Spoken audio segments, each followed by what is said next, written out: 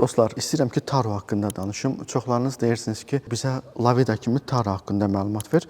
Baş üstə verim. Yəni, mənim açığı çox xoşuma gəlir ki, Volkswagen qrupa bu qədər siz maraq göstərirsiniz. Əslində qalanda maraq göstəriləcək elə bu deyil. Biz bugün indi biraz yolumuzu çaşmışıq. İndi inşallah zamanla bu düzələcək. Gedək Taroya. Taro məsələsi. Deməli, Taro iki spesifikasiyada mən sizə tövsiyə edirəm. İlk öncə onu deyim ki, bu Taro əvvəllər Kitayda $20.000 idi. Yəni, bu avtomobil ucuz avtomobildir. Çoxları elə bilir ki, bu ucuz avtomobildir. Xeyr, mən Almaniyada T-Roc sürdüm və dedim ki, bunun T-Roc Avropadadır, Taro Kitaydadır. Taro daha çox ailə üçündür, T-Roc daha çox sportivdir. Və bunun T-Roc Avropadakı başlanğıc qiyməti 20 neçə min evrodan başlayır. 20 neçə min evrodan 40 min evroya qədər. Yəni, prosta qiymətləri sizə deyirəm ki, siz başa düşəsiniz ki, bu nə qədər normal bir avtomobildir. Kompakt SUV sinifinə aiddir, ekonomdur.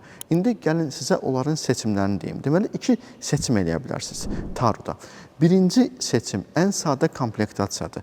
Sadə mühərrik və eyni zamanda sadə korobka. Ayşin korobka həmişə deyirsiniz, ay DCC-dir, başıma oyun gələcək, nəminə qıracaq. Ay qardaşlar, bir baxın görün ki, mən nə təklif edirəm də. Biri yazıb ki, DCC başıma oynaşdı. Ay qardaş, birincisi DCC başıma oynaşmır. Sən özün öz başıma oynatırsan. İkincisi də ki, mən Ayşin korobkadan danışıram. Bəziləri biz deyirsiniz ki, komplektasiyanı daha yuxarı qaldıraq. Qaldıraq, qaldıran kimi korobka olur DCC. Ondan sonra deyirsiniz ki, bəs problemdir. Mən ona görə deyirəm, ən sadə komplektasiya, büdcə komplektasiya və Ayşin. İki dənə Ayşinlə olan model var. Biri ən sadə, biri də onun üstü. Fərqləri nədir? Fərqləri odur ki, disk təkər, sadə olanda 16-lıq diskdir, sadə olmayanda ondan bir tık yuxarıda disk 17-likdir. İkincisi, fərq nədir? Fərq odur ki, birincidə sadə olanda sidenkalar sadə parçadandır. Ondan bir tık yuxarıda isə koja parça qarışımıdır. Bu da ikinci fərqidir. Üçüncü fərqi nədir? Birində ABS, ESP var, birində isə Line Assistant var. Line Assistant və eyni zamanda Active Brake Control. Yəni, bu avtomobil öz-özünə tormoz verir. Bax, o var. İndi bu iki arasındakı fərq, biri $13.400 səhv eləmirəmsə, biri ondan $1.400 bahadır. $14.800. Amma korobka sadə, sizin dilinizdə desək, avtomat korobka sadə və motor sadə.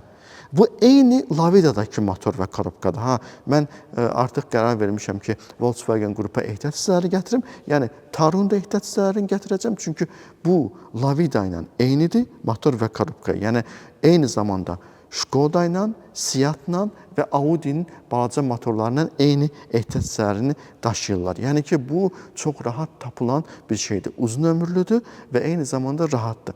Gündəlik istifadədə, ailə üçün istifadədə çox ideal maşındır. Normalda bu cür maşını biz illər öncə Azərbaycanda $28.000-dan aşağı ala bilmirdik. İndi Kitayda rəqabət çox yüksəlib deyə biz bu maşına artıq əlçatanlıq eləyə bilirik. Yenə də deyirəm, arasında $1.400 fərq var. Biri $13.400-dür, biri $14.800-dür.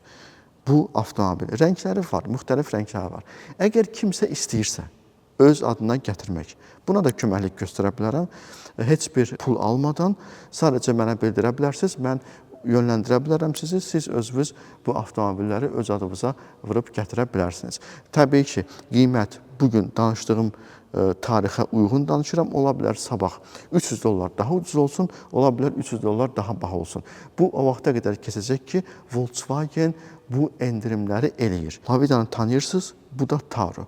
Taro haqqında mən danışıqca videolar gedir. İnternetdə çox geniş məlumatlar var. Açıb baxa bilərsiniz. Bu dəqiqə Rusiyada da çox məşhurdur. SNG ölkələrində çox məşhurdur. Çünki doğrudan da gözəl insanlar bu qiymətə belə avtomobil olmur. Bu, Kitay bazarının böyük rəqabətçil olmasıdır.